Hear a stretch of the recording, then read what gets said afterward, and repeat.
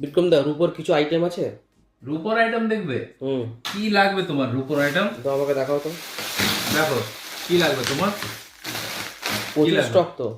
প্রচুর স্টক মানে আরো আসছে স্টক। তো এখান থেকে আমাকে এই ডিজাইনটা দেখো। এই ডিজাইনটা দেখো, এই ডিজাইনটা, এটা পেয়ারের মধ্যে আছে, দেখো কেমন লাগছে ডিজাইনটা। দারুণ আছে। আচ্ছা এটা ছাড়াও এটা দেখি। এটা এটা লোহার মধ্যে আছে, লোহার উপরে চাঁদির কাজ।